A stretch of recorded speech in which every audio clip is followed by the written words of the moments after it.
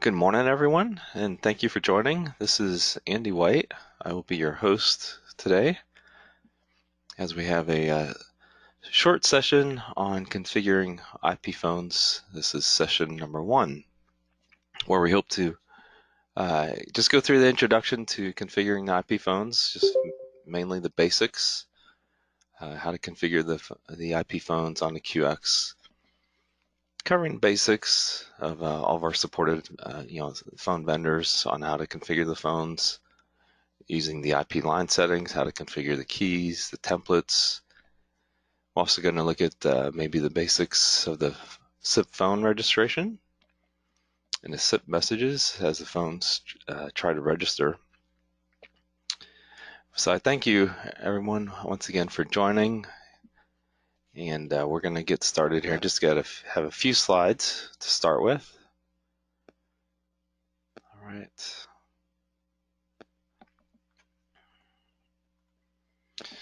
This is the first of a series of summer tech series, as I call it. Configuring the IP phone session 1, session 2.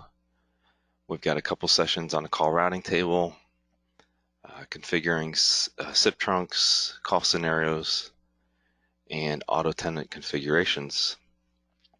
If you have any other suggestions, any other topics that you'd like to see covered, be sure to let me know. I'll provide my contact information here at the end of the discussion. And at the end, hopefully we'll have some time for some questions as well. All right, well, we're going to do as far as the agenda this morning, we got a few slides showing the configuration options. We'll look at some supporting documentation on the support portal, and then we'll look at the QX on how to configure the IP phone. We're going to look at the IP line settings, the options for plug and play versus auto configuration versus the manual method. We'll look at the MPK options for configuring the keys, look at the templates and the SIP registrations, and at the end, we'll save time for some questions. All right, and looking at our options. Okay, bear with me. I'm just getting over the tail end of a cold here, so I have a little bit of a cough. So hopefully we'll keep that to a minimum. All right, looking at the first scenario. So you've got a QX system. You go to your customer's office, get ready to install it. So the question is, how does it get configured to the network physically? There's several options available. Okay, keep in mind that these systems have, at least the premise-based systems, have a LAN port as well as a WAN port. Okay, so they can stand alone on a public IP. And on the LAN side, they can also have its own subnet. All right, so here's one of the options. The customer already has a broadband connection with a firewall in place, a DHCP server in place. They've got their PCs already connected, and they're connected to a switch connected to the DHCP server. Okay, one of the options that you can use is just connect the QX WAN, W-A-N port to that same switch, and the QX will get an IP address from that DHCP server, and the phones have the option of being able to configure through the system WAN port. All right.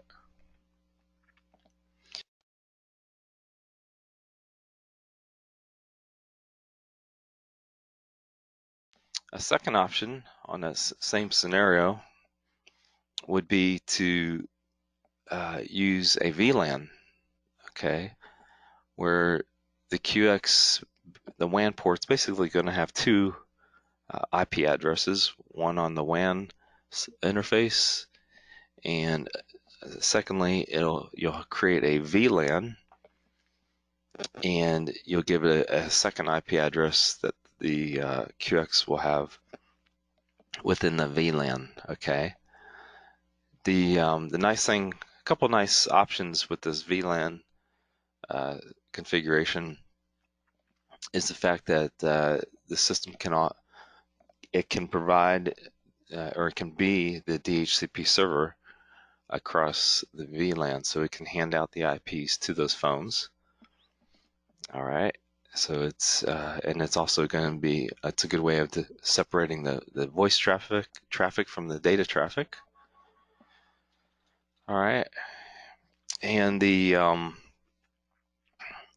phones, they're going to be in that VLAN. They'll be in a separate subnet. All right, just for that. All right, so that's a good option. A lot of people really like using that when they have the opportunity. All right, the next option would be to configure the phones across the LAN port of the QX. In this case, the WAN port is connected to the similar scenario. The customer's got a broadband connection, firewall, has a switch. You connect the QX, the WAN port, to that switch, and then the across the LAN port, the phones are on their same. There'll be a separate switch. That's probably the only downside. But the phones will be separate. They'll be on their own network. The system, the QX, will act as the DHCP server on that LAN. And the QX is good because it can get outside access through the internet for accessing the SIP trunks and things like email. So that's a good configuration as well.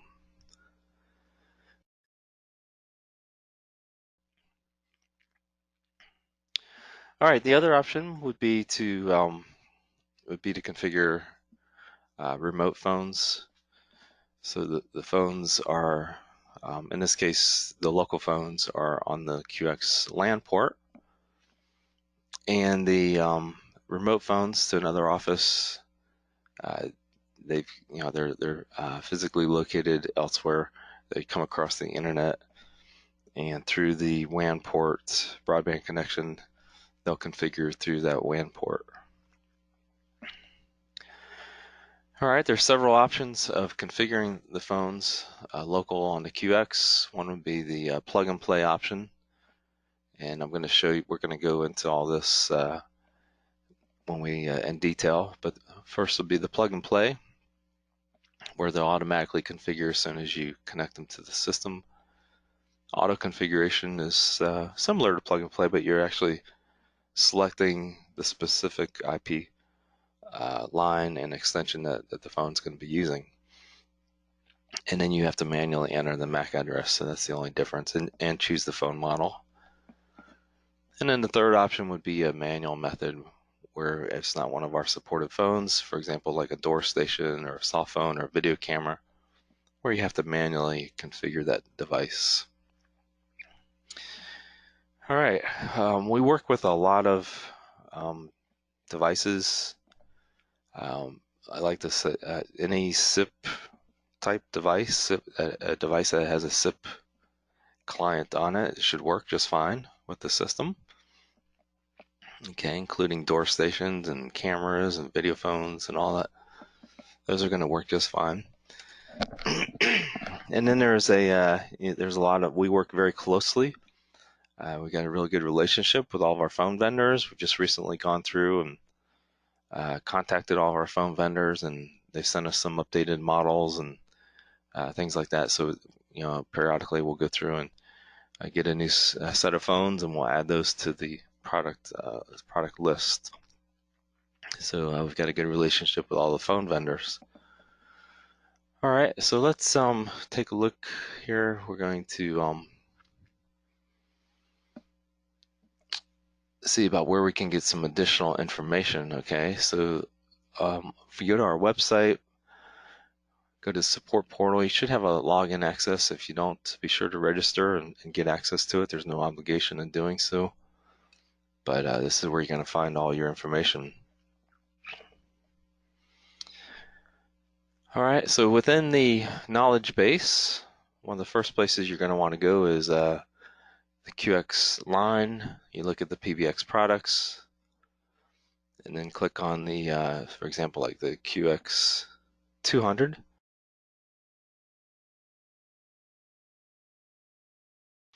And then from there, go to the firmware and then release notes. Okay, we'll go ahead and download the latest release notes. This is for software version 6.2.40. And by the way, we're going to probably come out with a new release here, hopefully by the end of the month. So we'll have a new release posted. All right, I often get asked, okay, that the release notes, when we come out with a new software release, always open up the release notes, see what's new, see what's added. We add new features. Almost with every release, something new will be enhanced. There'll be an enhancement of some features or some new features added, some new phones, some updates on firmware on these phones. One of the questions I often get asked is which phone models do we support? Okay, and this is the best and greatest release or location where you're going to find the updated list of those supported phones. Okay, so this is you got the phone vendor, the phone model. You'll see the recommended firmware version. Okay, why do we put that? So what we do is before we come out with this 6.2.40 release, we go through and we test all of our phones, make sure everything's working, make sure nothing has changed. And we will test it with a phone vendor's firmware release. Okay, periodically we will update the firmware on the phones. It's a big job to do that because the phone vendor changes a lot of features and options and things like that.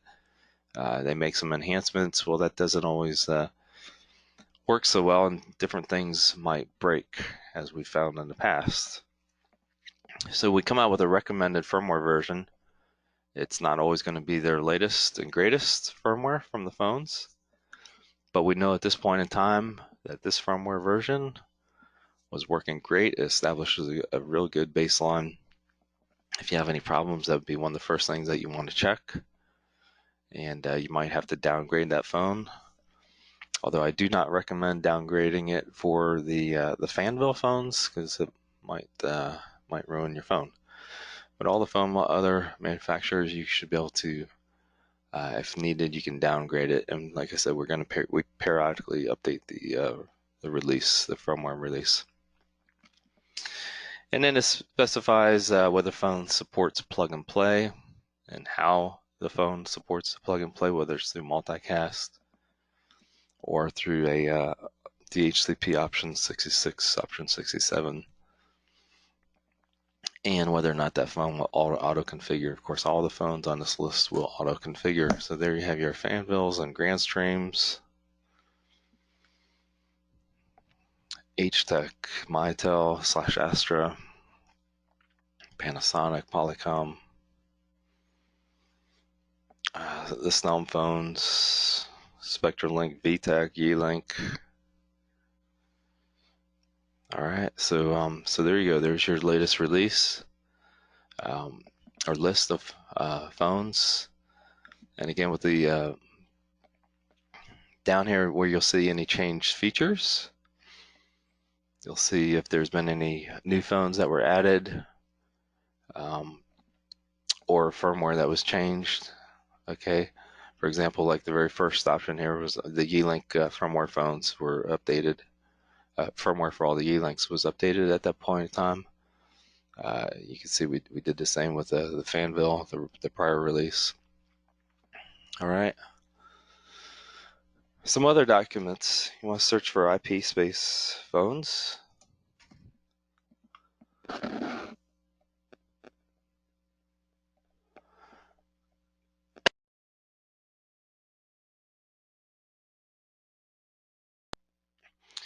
All right, there's a couple of documents I'd like to highlight, and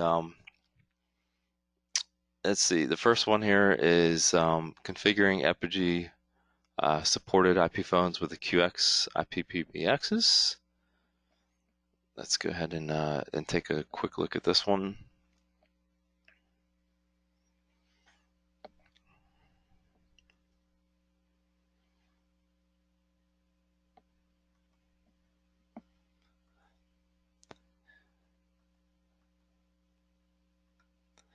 All right, this document talks about the plug and play on auto configuration.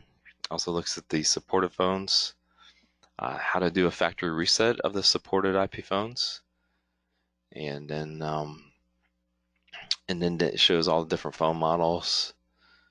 And then at the bottom, there's a section on using a third-party DHCP server. All right, so that would be the case when the phones are on the QX WAN, and there's another DHCP server other than the PBX. So it shows you some of the configuration options, settings, um, methods, I should say. All right, it talks about the plug and play, how the plug and play works. Talks about how to configure it. Again, here's your list of phones. And as we go down further, it talks about how to do the factory reset on the phones. So why is that important? Before you go to configure any of the phones to the system, especially if the phone's not brand new out of the box, you're going to want to do a factory default on that phone so that it starts with a clean slate. There's no previous settings that have been added in the phone that might prevent it from working or may cause some weird options or feature interaction. And then down towards the bottom, there's a section on using the third-party DHCP server.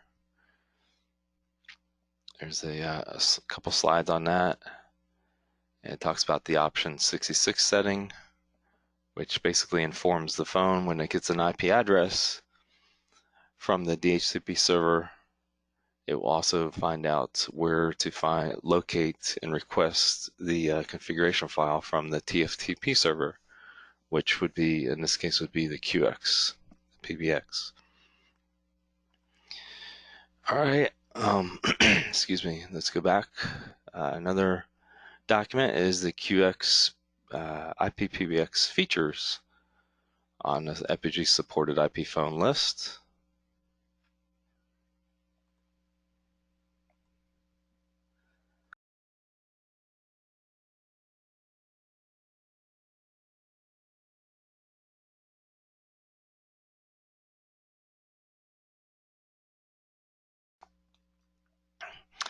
All right, couple of highlights from this document. Okay, there's a section down here around, I don't know, page 12 or so.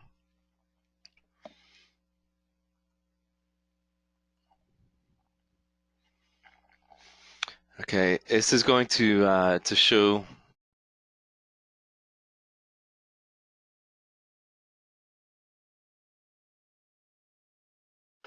Okay, this is going to show the different phone models, and going across the top, it's going to show all the different options, whether or not that phone supports that specific option. For example, like OpenVPN, whether or not that's a phone. Somebody asked me yesterday about a particular Fanville model, in particular the X4, and whether it supports OpenVPN or not. And evidently that's not working yet. All right. The other, whether we do, some phones will do firmware version control, whether or not it's a supported receptionist type phone where you can add keys, whether or not it supports paging, intercom, etc. You get the idea. So there's a couple sections on that where it lists all the different features. And then down towards the next section is specific to all the different phone models.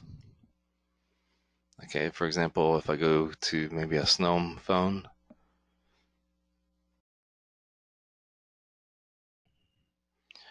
okay, this phone will specifies here whether or not the phone how to do certain features. For example, like, of course, it's pretty obvious how to do the call hold, call resume, pick up a second call. But when it comes to doing the transfers, for example, like a blind transfer or a consultative transfer, becomes a little bit more. It's not as clear, so it tells you step by step exactly how to accomplish those different tasks. So this is